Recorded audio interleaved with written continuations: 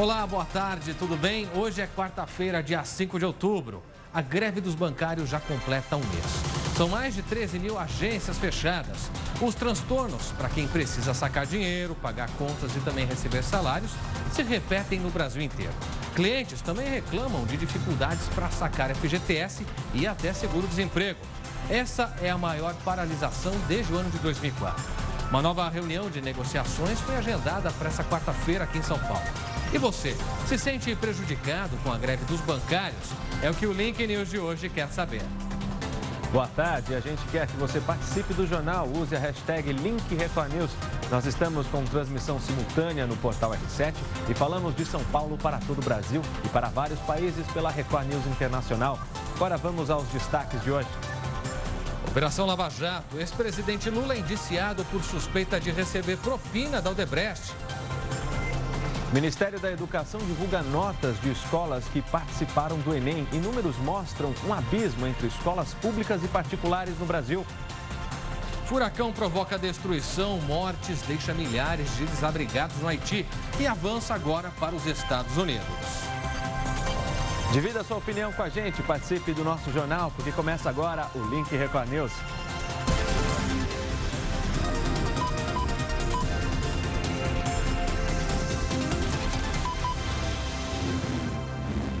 A gente começa essa edição da tarde do Link Record News com informações de que a Polícia Federal indiciou o ex-presidente Luiz Inácio Lula da Silva pelo crime de corrupção, em razão de evidências de propina no valor de 20 milhões de reais, mascarados então em contratos da empreiteira Odebrecht em Angola. Lula foi indiciado por corrupção passiva porque a PF concluiu que os contratos envolviam Taiguara Rodrigues, sobrinho de Lula. Segundo a polícia, as negociações só aconteceram em razão do parentesco e das relações da empreiteira com Lula. O sobrinho de Lula e 7 executivos da empreiteira, incluindo Marcelo Odebrecht, foram indiciados por corrupção e lavagem. O indiciamento ocorreu após 5 meses de investigação da Operação Janus, que devassou contratos da empreiteira com a empresa Exergia. Em maio, a PF, com autorização da Justiça, cumpriu mandados de busca e apreensão em endereços de Taiguara, em Santos. E a Polícia Federal do Paraná abriu um inquérito policial da Operação Lava Jato para investigar um suposto esquema de corrupção na compra de termoelétricas pela Petrobras durante o governo Fernando Henrique Cardoso, entre os anos de 1999 e 2001. Esse esquema envolveria as empresas Alstom GE e também NRG. A investigação tem como base declarações dadas pelo ex-diretor da área internacional da Petrobras, Nestor Cerveró, que cumpre pena em regime domiciliar desde junho deste ano. Em um dos depoimentos, Cerveró declarou à força-tarefa da Lava Jato que recebeu propina, não só em relação à compra das máquinas, mas que, da sua parte, também recebeu propina da empreiteira Camargo Correia, isso no valor de R$200 mil, diretamente das mãos do lobista Afonso Pinto Guimarães. Cerveró disse ainda durante seu depoimento que o valor foi pago em parcelas mensais de R$15 mil, entre os anos de 99 e 2000. O Supremo Tribunal Federal decidiu que o ex-presidente Lula vai continuar sendo investigado pelo juiz Sérgio Moro. Moro também vai cuidar de uma ação penal contra o deputado cassado Eduardo Cunha. Quem tem os detalhes para a gente a respeito disso, diretamente de Brasília, é a repórter Vanessa Lima. Oi, Vanessa. Olá, pessoal do Link Record News. O juiz da Lava Jato vai investigar as contas não declaradas de Eduardo Cunha na Suíça no valor de 5 milhões de dólares. Em outra decisão, o Supremo também negou o pedido da defesa de Lula, que queria tirar do juiz Sérgio Moro as investigações em que o ex-presidente é apontado como beneficiário de uma propina no valor de 3 milhões e 700 mil reais, pagos pela empreiteira OAS. Parte do acordo teria sido quitada com a compra e a reforma de um triplex no Guarujá, no litoral de São Paulo. O Supremo também decidiu que a denúncia de que o presidente do Senado, Renan Calheiros, usou dinheiro da construtora Mendes Júnior para o pagamento de pensão alimentícia vai ser julgada em plenário. Se os ministros acatarem a denúncia, Renan Calheiros vai virar réu. Voltamos ao estúdio da Record News. Obrigado, Vanessa, pelas informações. A gente fala agora da greve dos bancários, que já completa 30 dias exatamente hoje. Essa é a maior paralisação da categoria desde o ano de 2004. Os bancos e os bancários não conseguem chegar a um acordo sobre o dissídio da categoria. Uma nova reunião, inclusive, de negociação foi agendada para esta quarta-feira em São Paulo. Os bancários pedem reposição da inflação do período mais 5% de aumento real, totalizando 14,78% de reajuste, valorização do piso salarial no valor do salário mínimo calculado pelo DIEESE, no valor de R$ 3.940,24 em junho, e PLR de 3 salários mais R$ 8.317,90. E olha, antes do início da greve, no dia 29 de agosto, a Federação Brasileira de Bancos, FEBRABAN, propôs um reajuste de 6,5%. Duas novas propostas foram apresentadas depois do início da paralisação, nos dias 9 e 28 de setembro, de um reajuste de 7%. Todas foram rejeitadas pelos bancários, que decidiram manter então a greve por tempo indeterminado. A FEBRABAN lembra que os clientes podem usar os caixas eletrônicos para agendamento e pagamento de contas, desde que as contas não estejam vencidas. Saques, depósitos, emissão de folhas de cheques, transferências e saques de benefícios sociais. Nos correspondentes bancários, postos dos Correios, casas lotéricas e supermercados, é possível também pagar contas e faturas de concessionárias de serviços públicos, sacar dinheiro e benefícios e fazer depósitos, entre outros serviços. Então, com base nessas informações, nessa greve que já chega a um mês, a gente pergunta para você, a paralisação tem causado problemas para você que precisa fazer operações bancárias? É lógico, a gente relembra que algumas situações, por exemplo, não podem ser resolvidas em canais de autoatendimento, como a internet, caixas eletrônicos, além de outros recursos alternativos. Então, perguntamos, você se sente prejudicado com a greve dos bancários? E para contribuir com a gente, para votar nas redes sociais, entre no Twitter e no Facebook da Record News. Comente, participe, use a hashtag #LinkRecordNews. O Ministério da Educação divulgou as notas das escolas que participaram do Enem, o Exame Nacional do Ensino Médio. E os números mostram um abismo entre as escolas públicas e particulares do Brasil. Mais de 5.600 escolas tiveram notas abaixo do esperado. Foi esta escola particular em São Paulo que conseguiu a maior nota no exame. Aqui existe um lema. A receita, eu costumo dizer que é um tripé. Professor, aluno, material didático. Então nós procuramos no colégio ter essas três coisas em alto nível. O ensino médio é puxado, com aulas de manhã e à tarde e uma mensalidade que passa dos R$ 2.500. Mas eu tento aproveitar todos os instantes do colégio para estar dando uma revisada, para ir nas áreas que eu tenho dificuldade e até para aprender coisas novas. Mas esta realidade é para quem pode pagar. Entre as 10 melhores médias do Enem, não há nenhuma escola pública. Foram avaliados quase 15 mil colégios onde houve a participação de mais da metade dos estudantes na prova. A média alcançada pelos alunos em todo o país foi de pouco mais de 500 pontos. O problema é que em mais de 5.500 escolas as notas foram ruins e ficaram abaixo do esperado. Em pior situação estão as escolas que foram reprovadas em 4 dos 5 testes propostos. Para este professor, a diferença entre as escolas públicas e privadas pode estar na falta de estímulo. E as particulares saem na frente, porque investem na preparação para o vestibular. Quando a escola pública, não tendo em vista um horizonte, uma concorrência, talvez não invista tanto nisso, né? E aí se dá uma certa precarização que faz essa diferença. Ricardo Falzetta, gerente de conteúdo do movimento Todos pela Educação, comentou esses resultados do Enem. Olá a todos, o Ministério da Educação divulgou essa semana o resultado do Enem por escola. Mais uma vez, a gente pôde observar aí a imensa desigualdade que a gente tem no nosso sistema educacional, algo que a gente precisa combater com todas as forças e é o que a gente tenta fazer aqui no Todos pela Educação e com os nossos parceiros. Batalhar por políticas públicas que proporcionem as mesmas oportunidades para todos os alunos, independentemente da região onde esse aluno vive, do sistema em que ele está inserido, se é um sistema público, se é um sistema privado. Todos os alunos precisam ter a mesma oportunidade educacional para a gente não ter esses resultados que o Enem por escola revela. É preciso fazer uma ressalva quando a gente analisa os dados dessa divulgação, para que a gente faça as comparações devidas. Você colocar todas as escolas no mesmo ranking, justamente por conta desses indicadores de contexto, é uma comparação que não faz sentido. Não faz sentido eu comparar uma escola que atenda alunos de nível socioeconômico muito alto, uma escola que atende poucos alunos, com uma escola que atenda um nível socioeconômico muito baixo e tem dificuldades e, portanto, desafios muito maiores pela frente.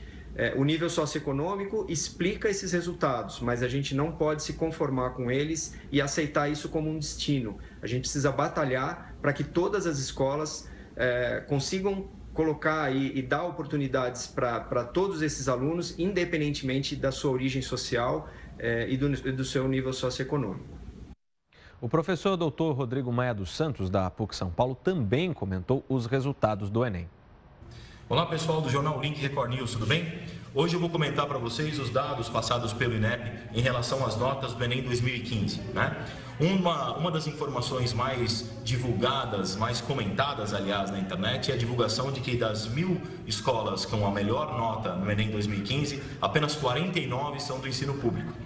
É realmente um dado interessante de você analisar, visto que, por exemplo, no ano anterior, 2014, das 1.000 escolas que tiveram a melhor nota, 93 eram do ensino público. Quer dizer, 93 já era um número pequeno, já era um número baixo. Agora, 49, um número pior ainda nesse sentido. Mas veja, vamos com calma na análise. A gente não pode imaginar que o Enem é o único critério de avaliação para dizer se uma escola é boa ou ruim. Também a gente não pode dizer que o Enem não serve para fazer nenhum tipo de avaliação. Veja, o Enem pode ser um parâmetro de avaliação e nesse parâmetro de avaliação a gente entende alguns critérios importantes. Mas a gente também não pode cair no erro de achar que a escola que não vai bem no Enem não é uma boa escola para você, pai, você, mãe, colocar os seus filhos. A gente tem que ter um certo critério. Por exemplo, o projeto pedagógico tem que ser analisado. Há escolas que não são muito bem, não tem uma nota muito boa no Enem, por exemplo, e que tem projetos pedagógicos maravilhosos, que alunos vão para o exterior, fazer projetos no exterior, né? Tem uma escola de Minas Gerais, se não me engano, fazendo em Dubai agora um projeto de sustentabilidade, e no Enem ela não está bem ranqueada, porque os critérios são outros. Há colégios específicos que trabalham, né? Fazem alguns trabalhos para a prova do Enem, quer dizer, preparam os alunos para fazer essa prova. Aí a pergunta que eu faço para você é, será que essa preparação necessariamente gera aprendizagem, gera um cidadão melhor? Pode ser que sim, pode ser que não. O ponto é, o Enem é um critério de avaliação, ele não pode ser entendido como o único critério. A gente precisa avaliar uma escola com mais propriedade, pensando em diversos fatores. Por exemplo, claro que as escolas particulares hoje têm mais investimento, têm mais laboratórios, têm mais professores, muitas das vezes até mais qualificados, mas também esses mesmos professores que dão aula em algumas escolas particulares também estão presentes, eles, nas escolas públicas, às vezes até do mesmo bairro. Veja, o assunto nota do Enem, né, agora com esses dados divulgados pelo INEP, merece, né, mais diálogo, mais análise do que simplesmente dizer, olha, só tem 49 escolas públicas entre os 1.000 primeiros, ou se a gente pegar os 100 primeiros, só 3 escolas públicas e pronto. Isso diz que as escolas públicas são ruins e as particulares são ótimas. Não, eu acho que a gente tem que analisar um pouco mais. Numa próxima oportunidade a gente pode avançar nessa conversa, tá bom? Um grande abraço para todo mundo. Muito boa análise, muito obrigado, professor Dr. Rodrigo Maia, que enviou para a gente, então, essa brilhante colocação a respeito dos resultados do Enem. Aproveito para avisar você que nos acompanha que ele vai ser nosso colunista justamente de português. Então, se você tem dúvidas a respeito da grafia correta de algumas palavras, algumas coisas como emprego, por exemplo, da crase, antônimos, sinônimos, como se pronunciar corretamente, como conversar corretamente, todas essas dúvidas nós queremos, então, esclarecer com o professor Dr. Rodrigo Maia a partir de terça-feira que vem. Tem dúvidas? Canal para você mandar, então, seus questionamentos para ele é muito fácil, hein? 2 formas. Pelas redes sociais, com a hashtag Link Record News, igual está aqui, ou pelo nosso WhatsApp. Vamos colocar na tela? Está aí já para você também. 11 95307 1851. A partir de terça-feira, todas as suas dúvidas serão esclarecidas aqui. Agora eu mudo de assunto para contar para você sobre uma história absurda. Isso porque depois de 25 anos é que uma família conseguiu na justiça uma indenização por conta de um erro médico. O hospital vai ter de pagar R$1 milhão pela morte de um paciente que, olha só, foi contaminado com o vírus HIV durante uma transfusão de sangue. Esse caso aconteceu no interior de São Paulo. Alessandra era adolescente, mas se lembra do sofrimento do irmão. Marcos Roberto Amâncio Vieira tinha 18 anos. 3 vezes por semana, o trabalhador rural viajava de Terra Roxa até Ribeirão Preto para fazer hemodiálise no Hospital Beneficência Portuguesa.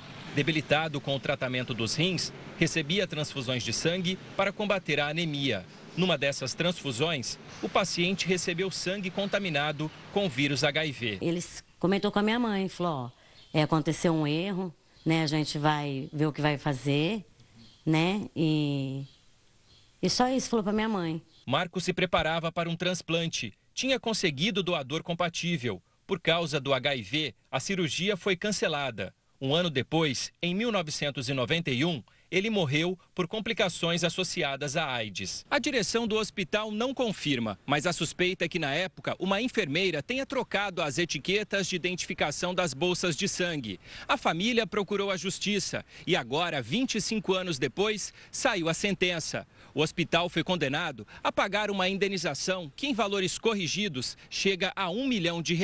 O processo é por danos morais e deveria ser pago à mãe da vítima. Por causa da demora, a trabalhadora rural não vai receber.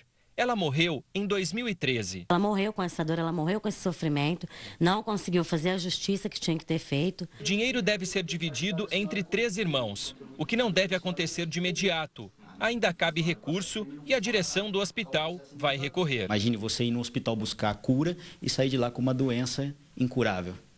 Então, é mais para repreender a instituição do que para amenizar a dor.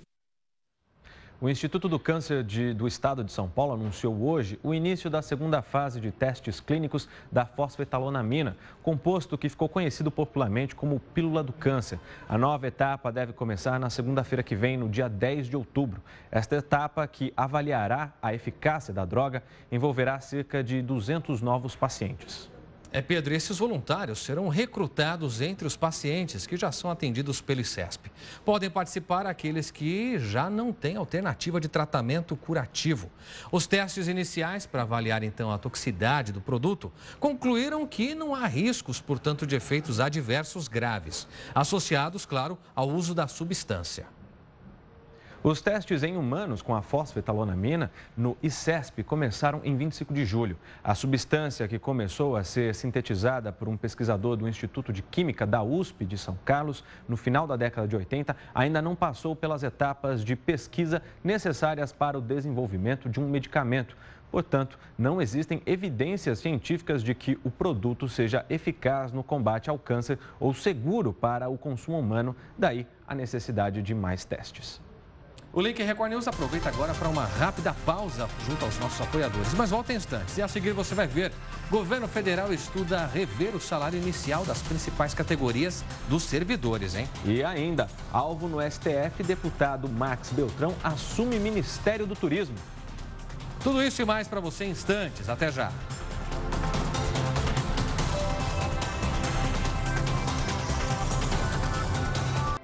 Link Record News de volta agora, 3 horas e 23 minutos. Estamos de volta com a sua participação, momento de interatividade, momento de conhecer o que você pensa sobre a greve dos bancários, que completa exatamente hoje um mês. Claro, traz transtornos a muita gente. Por isso perguntamos a você se você se sente prejudicado com esta greve. Sim ou não, você vota então com a hashtag Link Record News. A gente vai colocar aqui embaixo para você poder então utilizá-la. Você pode fazer isso no Twitter, no Facebook, mas também pode utilizar o seu WhatsApp. Pelo celular, o número já aparece na tela, 11 95307 1851. Vamos já conhecer o que você pensa sobre o tema.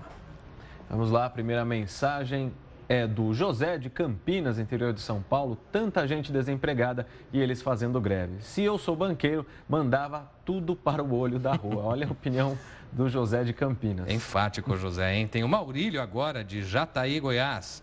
Diz o seguinte: eu concordo com a greve dos bancários, apesar dos transtornos. Os banqueiros auferem lucros bilionários. Sabe, Maurílio, que é isso que pedem os bancários, inclusive, né? Que a remuneração esteja de acordo com o lucro dos bancos. Agora, o Hernani de Vitória, capital do Espírito Santo, greve dos bancários é de interesse dos sindicatos. Se greve resolvesse, bancários, professores e motoristas tinham o maior salário do país.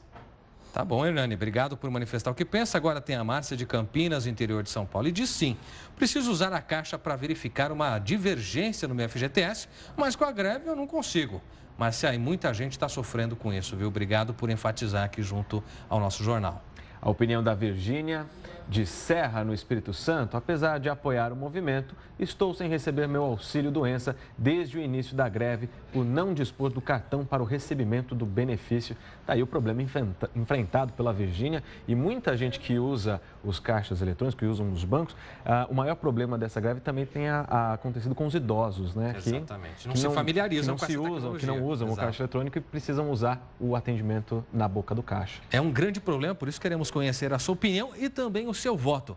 Para saber sobre o voto, vamos dar uma olhadinha numa parcial da enquete agora. O resultado vai aparecer aqui na tela para você. Nesse momento, a maioria se diz prejudicada. Olha só, 75% dos nossos internautas dizendo que sim, estão sendo prejudicados. Apenas a minoria de 25% é que não. E você o que pensa? Siga manifestando a sua opinião. Daqui a pouco voltaremos a esse tema. Porque agora a gente vai falar de política e falar de contenção de gastos. O governo federal estuda rever o salário inicial das principais categorias de servidores. A ideia é reduzir valores dos salários de ingresso no serviço público, considerados altos, e ampliar a distância em relação à remuneração recebida pelo funcionário no final da carreira. No funcionalismo público federal, há salários iniciais que chegam perto de R$30 mil. Olha, Pedro, esse é o caso, por exemplo, do consultor legislativo do Senado, que ganha logo no início de carreira nada menos que R$ 29.100. Ao final dela, R$ 30.500. Essa pequena diferença salarial entre início e fim de carreira acaba sendo incentivo para o aumento, então, da pressão pelos penduricalhos. São aqueles benefícios extras que se somam aos salários. É o que acontece agora com várias categorias que pleiteiam bônus de produtividade, como no caso da Receita Federal.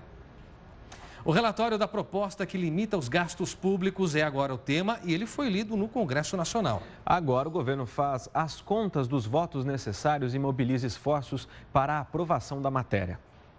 A leitura do relatório durou a tarde toda na comissão especial. É a primeira vez que o governo ajustará suas contas. O relatório tem 70 páginas com um detalhamento do novo regime fiscal. Depois das pressões dos setores envolvidos, o governo foi obrigado a recuar e agora prevê que a saúde e a educação, que possuem os maiores orçamentos, só vão seguir as novas regras em 2018. Se for aprovado, o novo regime fiscal vai durar 20 anos, podendo ser revisado no 10º ano. Dessa forma, o gasto da União, a partir do ano que vem, será limitado à despesa paga em 2016, mais a inflação. Já a partir de 2018, irá valer o IPCA acumulado em 12 meses, encerrado em junho de cada ano. O órgão que cumprir os limites, né? Aí poderá fazer concurso e poderá dar aumento. O governo quer votar o texto na comissão já na quinta-feira e em plenário na semana que vem. A tarefa não será fácil. Vai ter que contar com 308 votos em 2 turnos. Um grupo de parlamentares promete recorrer ao Supremo. Eles estão dizendo que vão aliviar a saúde em 2017 e a partir de 2018 congela igual por mais 19 anos. É isso que não é aceitável para nenhum de nós. Esse mandato de segurança, espero, tem acolhimento no Supremo, a gente consiga sustentar a tramitação dessa emenda constitucional. E tomou posse na manhã de hoje o novo ministro do Turismo, Marcos Beltrão, do PMDB. Beltrão comentou sobre o fato de ser réu no STF por falsidade ideológica quando foi prefeito de Coruripe, em Alagoas.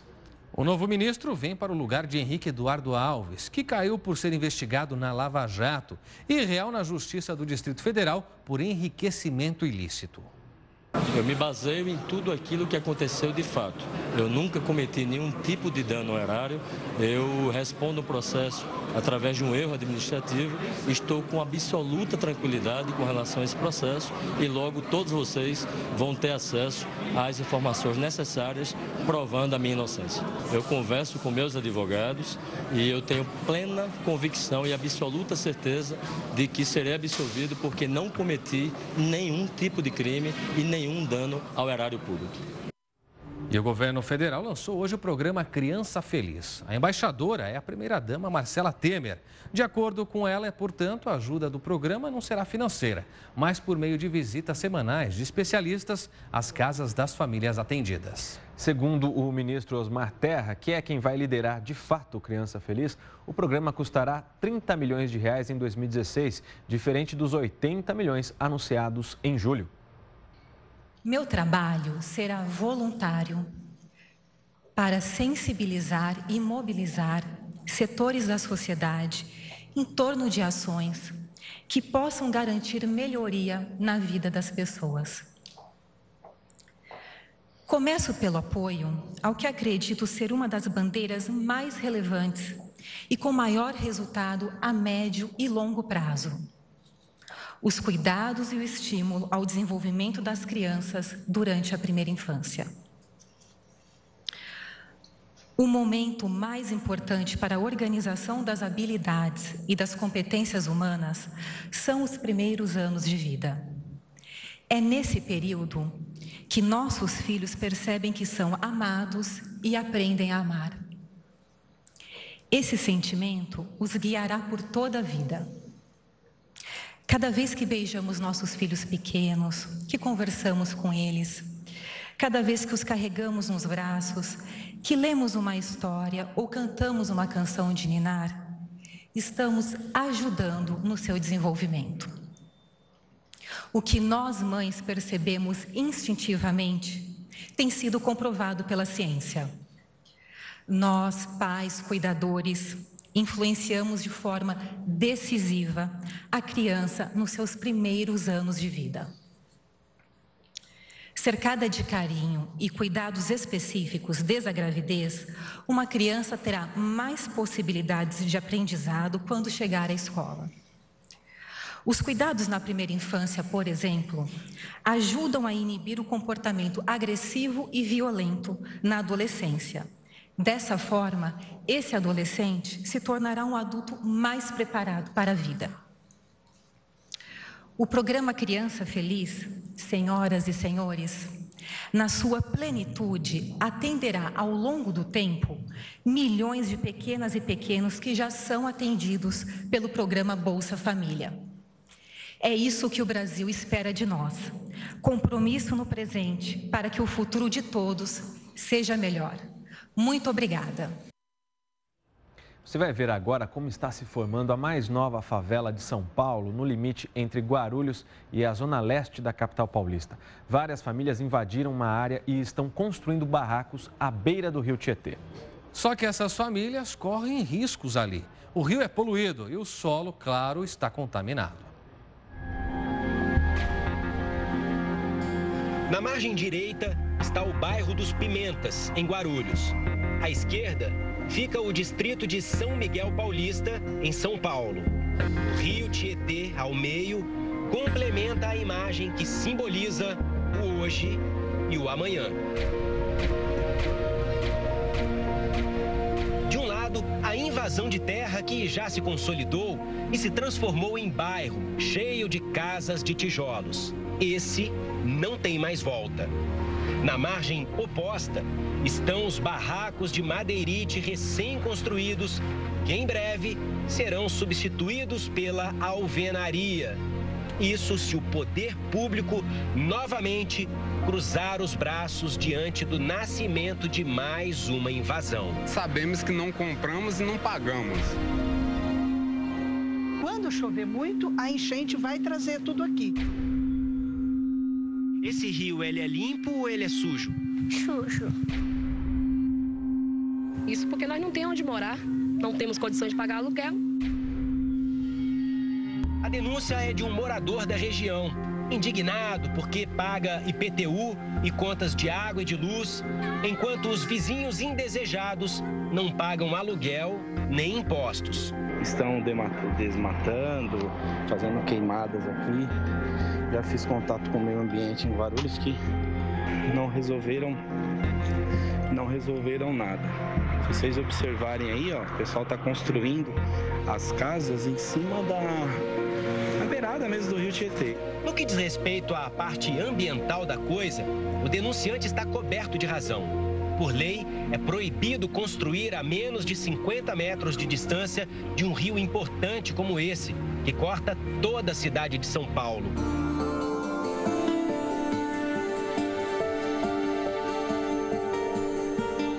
Apesar da agressão ao meio ambiente, é impossível tocar nesse assunto sem abordar algumas questões sociais.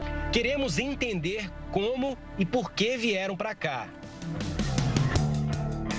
Esse prédio em ruínas é o que restou da empresa que é dona do terreno invadido. E tá desse jeito, tudo abandonado, porque a Companhia de Saneamento Ambiental do Estado de São Paulo concluiu que essa empresa vinha poluindo o solo com produtos químicos. Uma área contaminada, ela é uma área de alto risco, tanto que ela foi interditada pelo órgão ambiental. Para ela ser novamente ocupada, tem que se fazer uma investigação do tipo de contaminação existente e da pluma do terreno, quer dizer, até onde essa contaminação foi.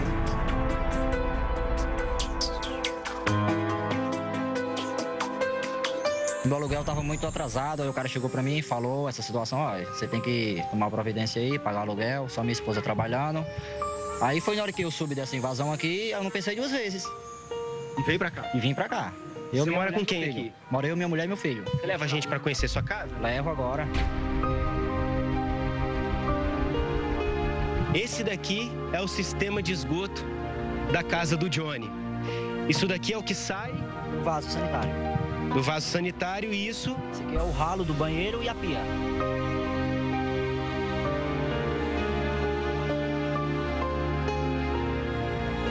Tá aí. Essa é a descarga da casa do Johnny e de todas as casas desse lado de cá e do lado de lá. Os órgãos, tanto municipal como estadual, deve vir tomar suas devidas providências e ajudar essa população aí para uma região salubre, né? Essa população hoje aqui corre realmente grande risco. Situação precária que, infelizmente, essas pessoas são sujeitas a enfrentar. E olha, a Prefeitura de Guarulhos informou que as denúncias devem ser feitas diretamente ao Departamento de Águas e Energia Elétrica, órgão que é responsável pela área da margem do Rio Tietê. Nossa equipe entrou em contato, inclusive, com o departamento, que informou que a região não pertence a eles. Fica aquela história, ninguém assume a verdadeira responsabilidade, infelizmente. E o Link Record News faz uma pausa para os nossos apoiadores e volta em instantes. A seguir, furacão provoca destruição, mortes, deixa milhares de desabrigados no Haiti e avança para os Estados Unidos. E ainda, veja como fica a previsão do tempo em todo o Brasil. Tudo isso e mais daqui a pouquinho, não saia daí.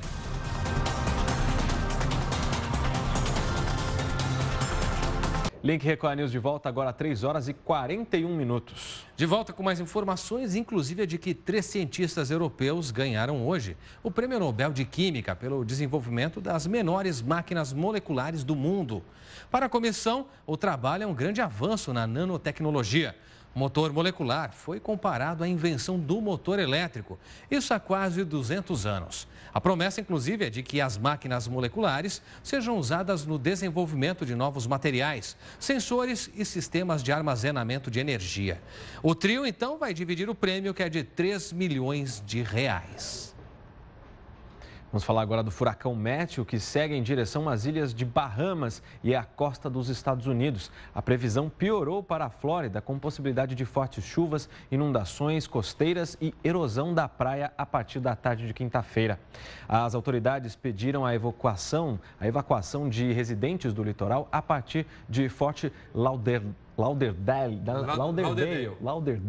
desculpem, enrolei um pouco a língua, em direção ao norte. Esse fenômeno, para você ter uma ideia, causou destruição no Haiti, também na República Dominicana e em Cuba. Pelo menos 11 pessoas morreram. Na capital haitiana, Porto Príncipe, as ruas ficaram alagadas. Uma ponte que leva ao sul do país foi levada pela enxurrada.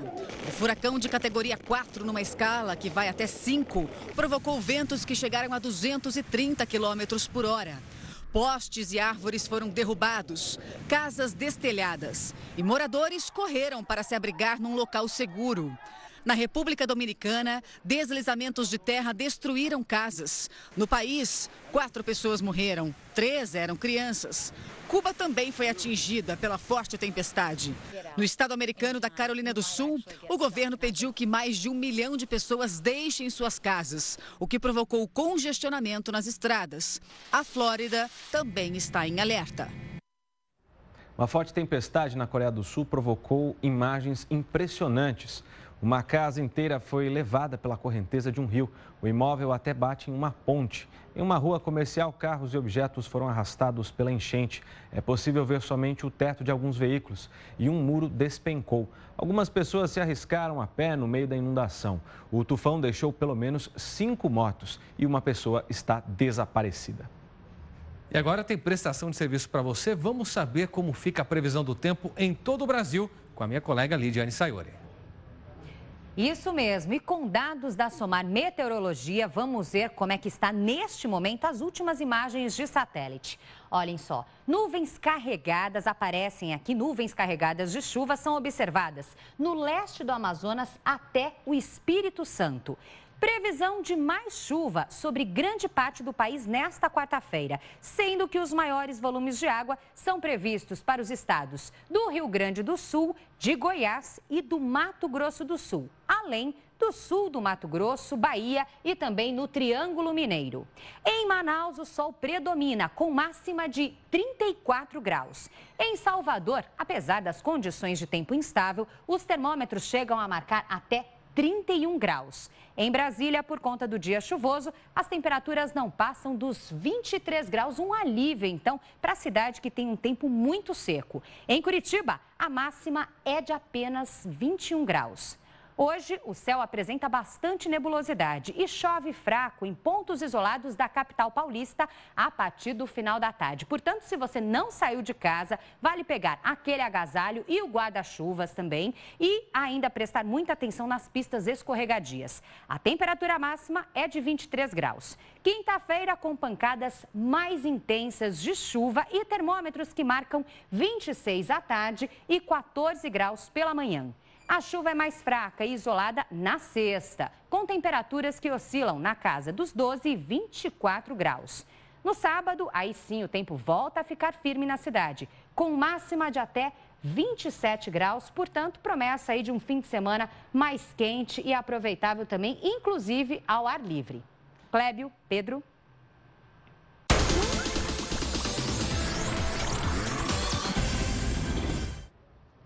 E você, telespectador que gosta de viajar, vai aproveitar bastante o Fica a Dica de hoje. Então vamos ver aqui. Olá, pessoal do Link Record News. Eu sou a Lala Rebelo, do blog de viagens lalarebelo.com, e hoje vou dar algumas dicas sobre as viagens de fim de ano e de começo de ano. Sabia que essa é a época ideal para começar a planejar essa viagem de fim de ano ou as férias de janeiro? Antes dessa data, ainda é muito cedo, porque há muita disponibilidade de hotéis, passagens aéreas, pacotes, então fica muito difícil você encontrar alguma coisa em promoção. Já depois dessa data, começa a ficar um pouco tarde, porque é a hora que todo mundo está reservando seus pacotes, suas viagens e fica tudo lotado. Pode até ser que você encontre promoções de última hora, mas as opções com melhor custo-benefício provavelmente já estarão esgotadas.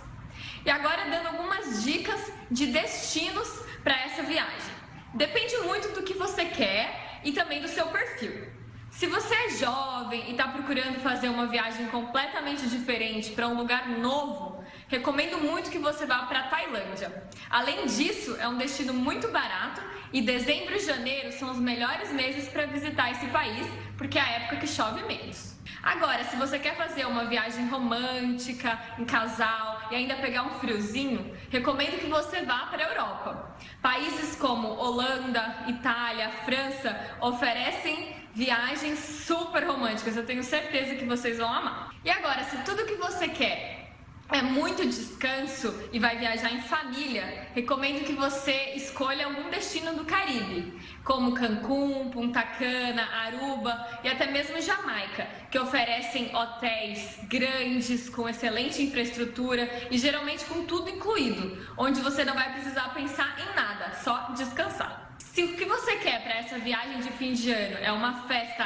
animada, recomendo que você fique no Brasil. É no nosso país que acontecem as melhores festas de Réveillon do mundo. E nesse ano os destinos que vão bombar são Jericoacoara, no Ceará, Trancoso, na Bahia e Milagres, em Alagoas. Bom, por hoje é isso. E se vocês quiserem mais dicas e informações de viagens, acessem lalarebelo.com e até a próxima dica. Muito bem, obrigado, Lala Ribeiro. Dica para todos os bolsos, não é isso? Você que vai para a Tailândia, né? Não, a Tailândia deixa para uma outra oportunidade. O Link Record News faz uma pausa para os nossos apoiadores e volta em instantes. E a seguir você vai ver Nike lança tênis com cadastros automáticos, baseado, claro, no filme De Volta para o Futuro. Ficou curioso? Daqui a pouco a gente mostra, não saia daí.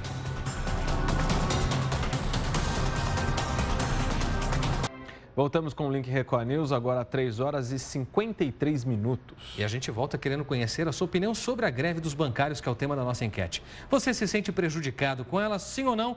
Hashtag Link Record News para votar. Vamos conhecer as últimas opiniões aqui na tela, Pedro. Começamos então, vai aparecer aqui o WhatsApp, já está na tela, Acir. O Acir de Ferraz de Vasconcelos, aqui na Grande São Paulo, quem perde com a greve são os bancários, pois as pessoas passam a usar mais o serviço pela internet e assim os bancos precisarão de menos funcionários. Uma teoria, né? Uma teoria, dá medo. Vamos ver a próxima opinião então, se está de acordo. Não, eu assim já falamos aqui. Temos mais alguém aí? Outra opinião, lembrando que você participa pelo 95307-1851, tem Jair Matias de São Paulo. Só quem ganha com essas greves é o sindicato, é o que ele pensa. Vamos conhecer mais uma. Agora a opinião, vamos ver de quem vai ser, do Rafael, de Serra, no Espírito Santo. É uma falta de respeito com a sociedade essa greve. O país já está vivendo um caos financeiro e ainda vem a greve trazendo grande prejuízo ao trabalhador. É isso aí, Rafael, obrigado por participar. O Robson agora, do Espírito Santo. Usuários dos serviços bancários não podem ficar reféns de uma classe de trabalhadores privilegiados, que na maioria das vezes prestam um péssimo atendimento. É o que diz o Robson, obrigado por participar. Agora, a Márcia de Vitória, capital do Espírito Santo, estou de acordo com a greve, tendo em vista que é o único meio que dispõe como forma de sensibilizar os banqueiros para terem salários mais dignos. Tá certo, Márcia, obrigado. Eric de São Paulo, ele diz não, porque sempre faço operações pela internet, mas acredito que juros e tarifas aplicadas a quem é impedido de pagar as contas deveriam ser reembolsadas pelo sindicato. Tá certo, Eric? Muito obrigado, não só Eric, mas a todos que manifestaram opinião. Vamos agora ao encerramento, fechamento da nossa enquete. Na tela, então, vai aparecer para você o resultado final. 60% a maioria dizendo que sim, que de fato se sente prejudicada, então, com essa greve dos bancários. E a minoria, por uma diferença bem razoável, aí 40% dizendo que não. Lembrando que todos os dias temos enquetes aqui para tentar discutir com você aquilo que acontece no nosso país. Por isso, obrigado a você que participou. Amanhã tem um novo assunto para que você também discuta com a gente.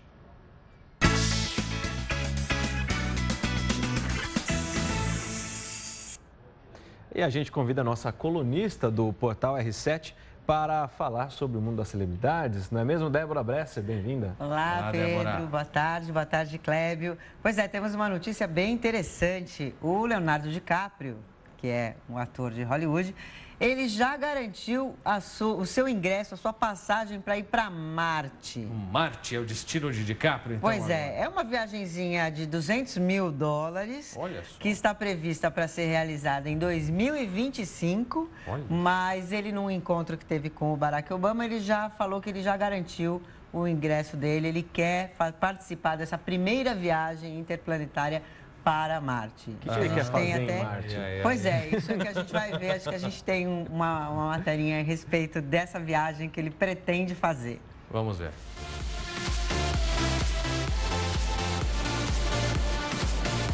Marte parece parece ser um dos assuntos do momento aqui nos Estados Unidos, mesmo entre as celebridades. Até Leonardo DiCaprio já se manifestou sobre a viagem para o planeta vizinho. Em conversa com o presidente Barack Obama, o ator disse que está empolgadíssimo com a ideia do bilionário Elon Musk, que quer colonizar o planeta a partir de 2025. DiCaprio já fez até reserva na primeira nave. A viagem deve custar em torno de R$1 milhão. De acordo com Elon Musk, 1 milhão de pessoas poderão viver em Marte daqui a 45 anos. Será que o ator está planejando curtir a sua aposentadoria bem longe do planeta Terra? Era isso que a gente estava tentando descobrir aqui. Se ele vai para passear ou se ele vai para morar. Olha, agora, é uma viagem que dura quase o quê? Ele quer morar lá, não ser incomodado. Eu não sei se é incomodado por marcianos, né? Então, eu acho que não é uma boa ideia, não. A viagem dura entre 80 e 150 dias. Então, só para chegar lá já vai demorar um bocadinho, né? Pois é. Pois é, e por falar em futuro, a gente tem uma outra novidade que...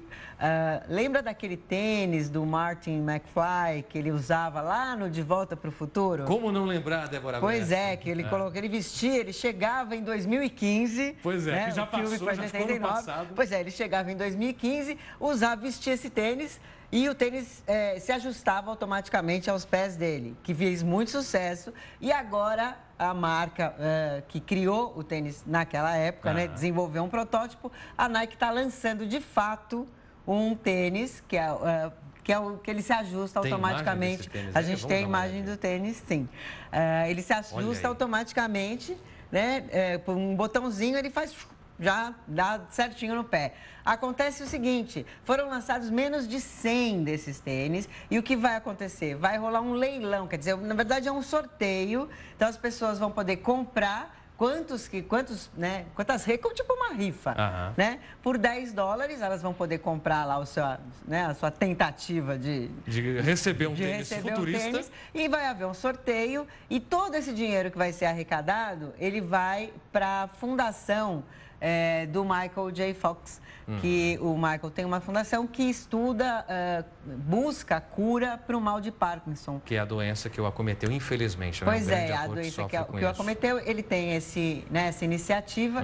Então, eles, em vez de colocarem o tênis aí à disposição para todo mundo, na verdade, eles criaram aí um modelo de negócios em que as pessoas vão poder tentar ter esses tênis, né? São, acho que quase 90 tênis que estão à disposição. E aí, só que por enquanto só as pessoas nos Estados Unidos e no Canadá... eu ia te perguntar isso. Não está acessível aos brasileiros que querem fazer parte do futuro? Pois é, se tiverem amigos lá nos Estados Unidos e no Canadá, podem tentar comprar por $10, quantos vocês quiserem. Então, quanto mais comprar, mais chances as pessoas vão ter de ganhar e de ajudar aí a fundação do Michael J. Fox. Eu acho a causa muito boa, mas eu vou esperar lançarem o carro voador. Aí você vai dar um lance. Sim, aí eu dou lance. Tá certo. Tem o skate também. O skate também pode ser uma boa. Tá certo. Débora, muito obrigado. A gente espera amanhã com mais novidades dos bastidores artísticos do mundo de um modo geral. Obrigado. Muito obrigada, gente. Uma boa tarde a todos. Até amanhã. E esta edição do Link Record News fica por aqui. Quer sugerir algum assunto para o jornal? Mande uma mensagem para o nosso WhatsApp. Participe das redes sociais. Use a hashtag Link Record News. Lembrando que a gente se encontra de segunda a sexta-feira, sempre em 2 edições. 11 horas da manhã e também 3 horas da tarde, sempre ao vivo. Fique agora com o programa Pet Channel, mas siga participando pelas redes sociais. Ótima tarde para você. Até amanhã.